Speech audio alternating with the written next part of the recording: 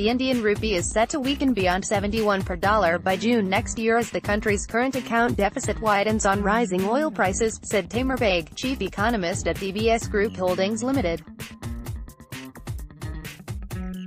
Rising U.S. interest rates, a stronger dollar and fears of a trade war will spur flows into traditional safe haven liquid currencies, Baig said in an interview.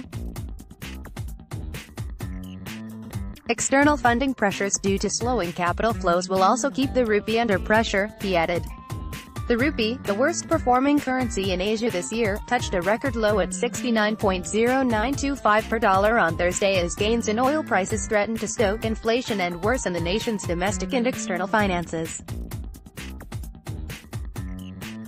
A hardening in global yields have spurred global funds to pull out more than $6.5 billion from Indian stocks and bonds this year. Every rupee change in exchange rate against US dollar impacts India's crude oil import bill by 108.8 billion rupees, $1.58 billion, according to the oil ministry. The nation's oil import bill in the current financial year, through March 31, is estimated at $108.79 billion, based on an average exchange rate of 65 rupees and oil price of $65 a barrel.